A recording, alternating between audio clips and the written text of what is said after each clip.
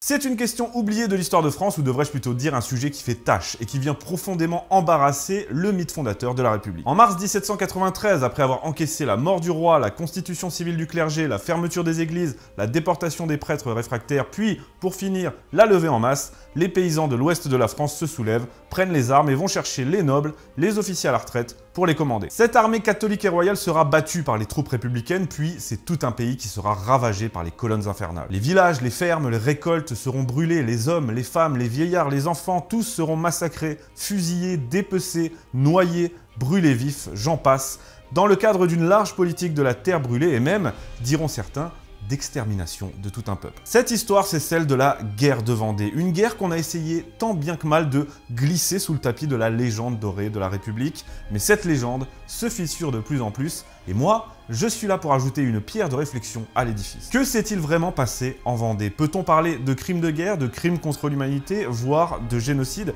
Ce qui est sûr, c'est qu'il y a eu mensonge par omission, et dans cette vidéo, je vais m'occuper de ça.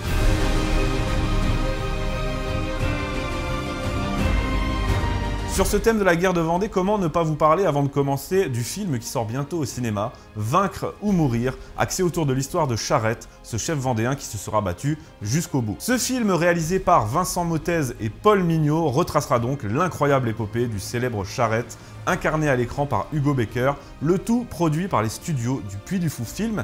Et ça fait bien plaisir. Ça fait des années que je dis que le cinéma français doit reprendre son histoire en main, et avec ce beau projet qui nous est proposé, là on touche au but et de la plus belle des manières. C'est donc le premier film du Puy du Fou, co-distribué par Studio Canal et Sage Distribution. Ça sort en salle le 25 janvier 2023.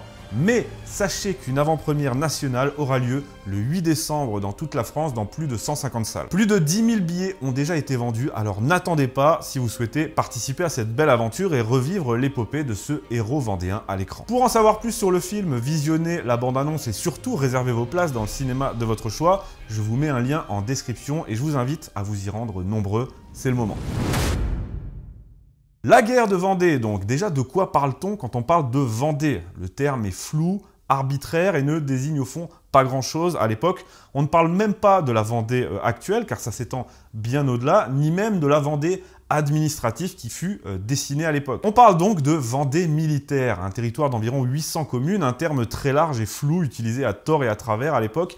Et grossièrement, vous pouvez voir de quoi il s'agit sur cette carte, mais cette Vendée militaire est à dissocier, du moins partiellement, de ce qu'on pourrait appeler aujourd'hui l'identité vendéenne, qui n'existait pas à ce moment-là. Ces guerres de Vendée ont débuté officiellement en mars 1793, mais ce qu'il faut noter, c'est que la révolte a commencé à gronder bien avant. Il y a eu tout d'abord en 1790 la constitution civile du clergé, qui est mal passée, puis la fermeture des églises, la persécution des prêtres réfractaires et la mort du roi en 1793. À noter, car c'est une idée récurrente là aussi, que non, les Vendéens n'étaient pas des arriérés grenouilles de bénitier qui étaient soumis aux prêtres et aux nobles. Quand les états généraux sont arrivés en 1789, ils soulevaient beaucoup d'espoir dans le pays. Les Vendéens y ont participé volontiers, ils ont même acheté des biens nationaux. Mais la goutte d'eau aura été la conscription, ce moment où la République, se sentant menacée à ses frontières, décide de tirer au sort 300 000 hommes pour mener cette guerre.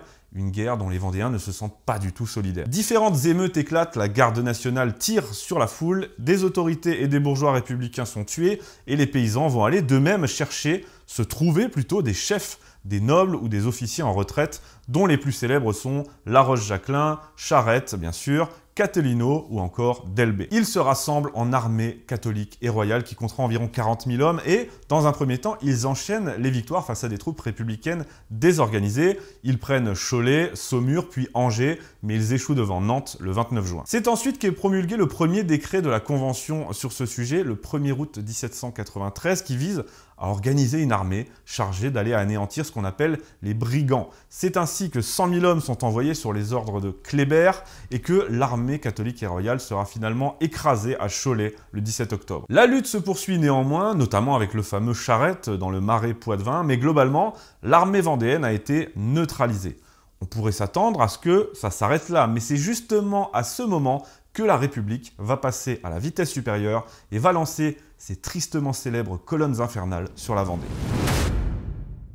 Commandées par Turreau, les colonnes infernales vont avoir pour mission de littéralement ravager le pays, le mettre à feu et à sang, ce qu'elles feront en commettant un nombre incalculable de crimes. Ceux qu'on appelle les brigands ou les rebelles sont pourchassés et tués, certes, mais les villages sont brûlés, les fermes, les récoltes, les femmes et les enfants, tout comme les vieillards, ne sont pas épargnés. Partout, on tue brutalement. Des Vendéens sont coupés en morceaux, jetés dans des cheminées, dans des fours, brûlés dans leurs églises. On empale les bébés sur des baïonnettes, on ouvre le ventre des femmes enceintes, on les écrase sous des presses, bref, c'est abominable. On voit même un médecin militaire récupérer des cadavres de Vendéens pour les dépecer et tanner leur peau, et même on récupère la graisse des corps pour en faire du savon, ça vous donne le ton. Les massacres s'enchaînent partout et n'épargnent personne, pas même les Vendéens républicains qui subissent le même sort pour beaucoup. Le plus tristement célèbre de ces massacres, c'est celui des Lucs sur Boulogne. Je vous invite vraiment à aller vous renseigner là-dessus. Pendant que les colonnes infernales font leur sinistre affaire, à Nantes aussi, il se passe des trucs pas ouf. Un certain Jean-Baptiste Carrier, député du Cantal et envoyé par la Convention, se fait plaisir puisque, pour vider les prisons nantaises, qui regorgent de prisonniers vendéens, il les fait fusiller, puis, parce que les munitions coûtent trop cher, il décide de les faire noyer en les envoyant sur des bateaux et en les faisant couler au milieu de la Loire. Ce sont les fameuses noyades de Nantes que Carrier surnommera des déportations verticales. C'est très charmant. Au total, on aura eu des dizaines de milliers de civils tués durant cette phase meurtrière des colonnes infernales qui est venue faire prendre un autre tournant à cette guerre et lui faire atteindre le paroxysme de l'horreur et de la violence. Voilà pour les faits et le déroulé des événements, même si, bien sûr, c'est rapide parce que sinon la vidéo durerait 3 heures. Maintenant, on va évidemment se poser la question qui nous intéresse et qui anime les débats historiques de ces dernières années. Peut-on parler de génocide en Vendée? Pour ça, il faut regarder deux choses. Premièrement, les textes officiels avec les décrets promulgués par la Convention. Et deuxièmement, s'intéresser à tout ce qui gravite autour dans un flou savamment entretenu, à savoir les petits papiers, les rapports, les déclarations à la tribune, etc. Pour ce qui est des textes officiels, c'est simple, il n'y a rien, ou en tout cas pas grand-chose. Rien qui permette de dire qu'il y a eu une volonté génocidaire claire et affirmée. Regardons les deux décrets en question. Le premier, c'est celui du 1er août 1793. Il n'y a rien, ou en tout cas pas grand-chose. On y parle juste d'incendier les bois et les taillis, supposément ceux dans lesquels se cachent ceux qu'on appelle les rebelles. Et l'article 8 dit même que les femmes, les enfants et les vieillards doivent être traités avec tous les égards dus à l'humanité et qu'il sera pourvu à leur subsistance et à leur sécurité. On a vu que ça avait été largement pas le cas du tout, même dans de nombreuses situations, mais c'est ce que le texte dit en tout cas. Et oui, on a des exemples de femmes et d'enfants qui ont été pris en charge, déplacés et entretenus par la République. Le deuxième décret, celui qui fait le plus parler de lui, c'est celui du 1er octobre 1793, aussi appelé loi d'extermination. Pourquoi? Eh bien, tout simplement parce qu'on y trouve le terme exterminer. L'article 3 dit qu'il faut, je cite, exterminer les brigands de l'intérieur. Vous voyez, on y parle de brigands et pas de vendéens. Et même si c'est assez dur, comme je vous l'ai dit, dans ces deux textes officiels, comme dans tous les autres, eh bien, il n'y a rien de compromettant et c'est volontaire. Parce qu'ensuite, si on va fouiller dans tout ce qui gravite autour, les petits papiers, les ordres, les lettres, les rapports, etc., ben là, c'est une autre histoire.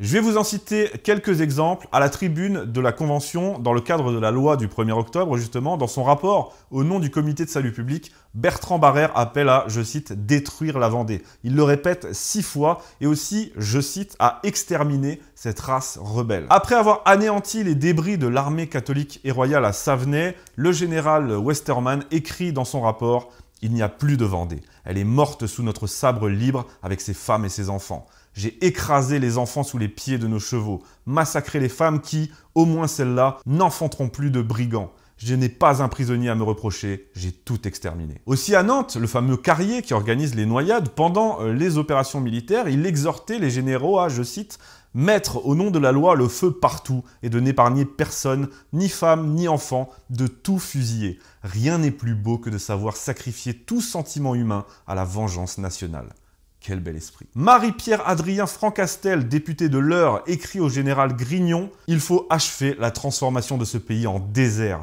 Point de mollesse, ni de grâce, ce sont les vues de la Convention. Je le jure, la Vendée sera dépeuplée. » Le général Grignon, lui, justement, il donne l'ordre de marche suivant à ses troupes. « Je vous donne l'ordre de livrer aux flammes tout ce qui sera susceptible d'être brûlé et de passer au fil de la baïonnette tout ce que vous rencontrerez d'habitants sur votre passage. Je sais qu'il peut y avoir quelques patriotes dans ce pays, c'est égal, nous devons tout sacrifier. Garnier de Saintes, représentant en mission et député de la Charente, écrit au comité de salut public « Tout est exécrable dans ce malheureux pays et cette race doit être anéantie jusqu'au dernier. » Et puis, dans les prises de parole à la Convention, il y en a pour tous les goûts. On parle des Vendéens comme d'une population dégénérée, une race maudite et exécrable qu'il est question d'anéantir. Voilà. Et face à cela, la Convention, comme le comité de salut public, eh bien, il laisse faire, tout simplement, en entretenant un flou et une ambiguïté bien confortable. C'est pour ça qu'il n'y a rien dans les textes officiels. Qui ne dit mot consent? C'est ça qui est à l'ordre du jour, en plus de la terreur. L'exemple le plus significatif de ce que je viens de vous dire, de ce laisser-faire volontaire, se retrouve dans les lettres de Turreau, qui commande les colonnes infernales, et veut, selon ses mots, je cite, « faire de la Vendée un cimetière ».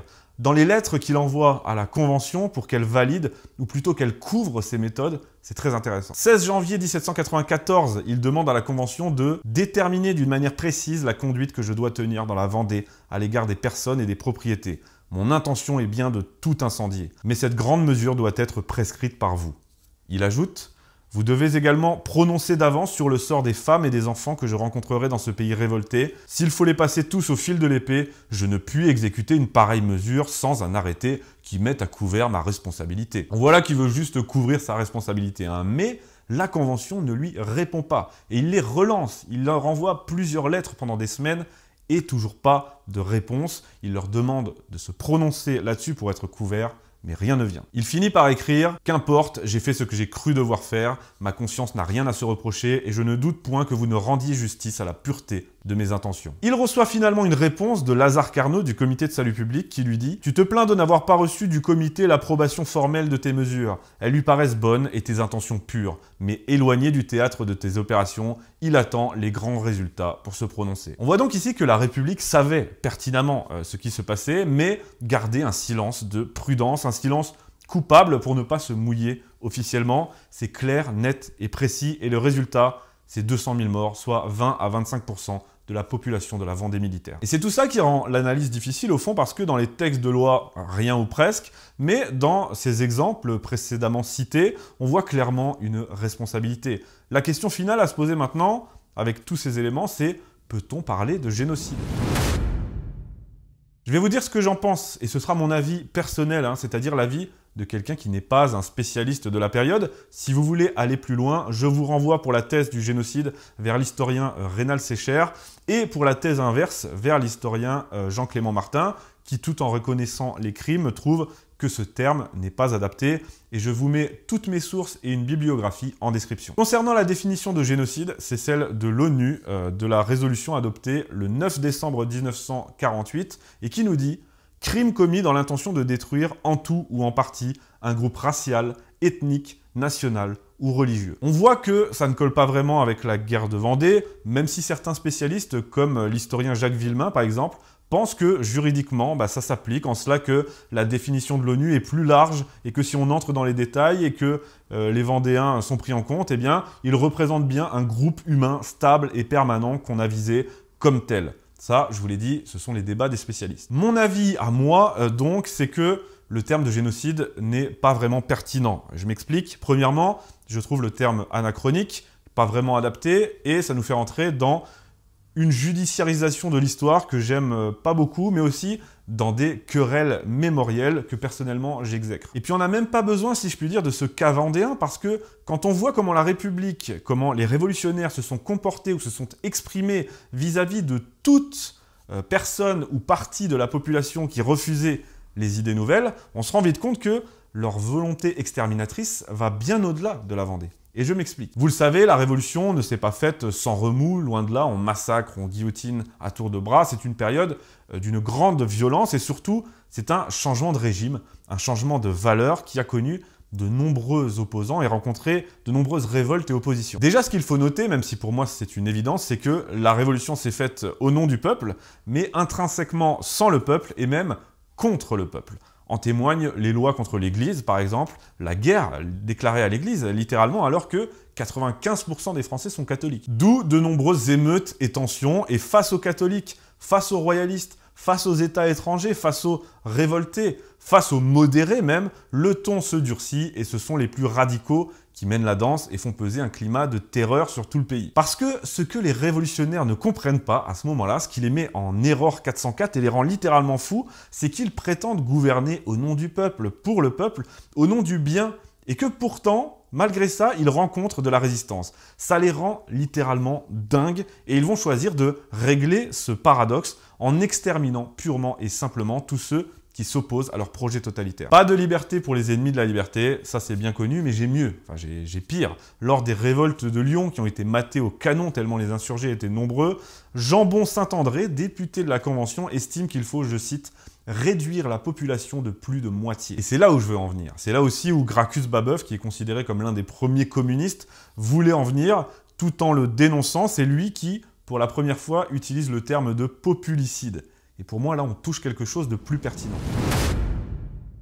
La République, voyant que le peuple réel ne correspondait pas au peuple idéal, celui qu'elle souhaitait, celui des Lumières, celui de la raison, l'homme nouveau, eh bien, la République a utilisé la terreur, la violence, les massacres et a sombré dans les volontés exterminatrices. En réalité, la Vendée n'aura été que le paroxysme de tout ça. Ça a été cet instant où le peuple réel, ce peuple paysan, catholique, attaché au roi et aux traditions, ce peuple réel s'est soulevé de façon massive. Les Vendéens ont quelque part incarné, matérialisé ce peuple sous une identité visible. Si les Vendéens doivent être exterminés, c'est pas uniquement parce qu'ils sont Vendéens, enfin pas particulièrement. C'est parce qu'ils ont eu le culot de venir porter l'étendard de ce peuple oublié, ce peuple réel qu'il était question de remplacer par l'homme nouveau. Dans une lettre au général Axo, des représentants en mission pour la Convention écrivent, je cite, « Il faut que la Vendée soit anéantie parce qu'elle a osé douter des bienfaits de la liberté. » C'est précisément là où je conclus mon propos. Vous l'aurez compris, la Révolution s'est faite sans le peuple, elle s'est construite contre le peuple, et lorsqu'elle a rencontré la moindre résistance, le moindre doute, eh bien, au nom du bien universelle, au nom du progrès humain, elle s'est livrée au plus abject des massacres. La République a commis des horreurs en Vendée, des crimes de guerre. Elle a commis un populicide en Vendée, voulant tout brûler, tout dépeupler pour rebâtir sur des bases idéologiques saines. Mais elle a avant tout dirigé cette volonté et ses funestes desseins sur son propre peuple en général, le peuple français réel. Au final donc, comme je l'ai dit, la Vendée aura été l'apogée de cette lutte à mort entre une minorité venue installer un peuple nouveau et tout un peuple qu'il était question de réduire au silence ou d'exterminer. Pour toutes ces raisons, nous ne devons pas oublier la Vendée et parler autant que possible des crimes atroces dont elle a été la victime de la part d'un système tyrannique et totalitaire. Ce sera donc ma conclusion, n'oublions pas la Vendée, et c'est pourquoi je vous invite d'autant plus à aller voir ce film qui sort bientôt et que vous retrouverez en description. N'oublions pas les Vendéens comme incarnation suprême de ce peuple qu'on a voulu anéantir,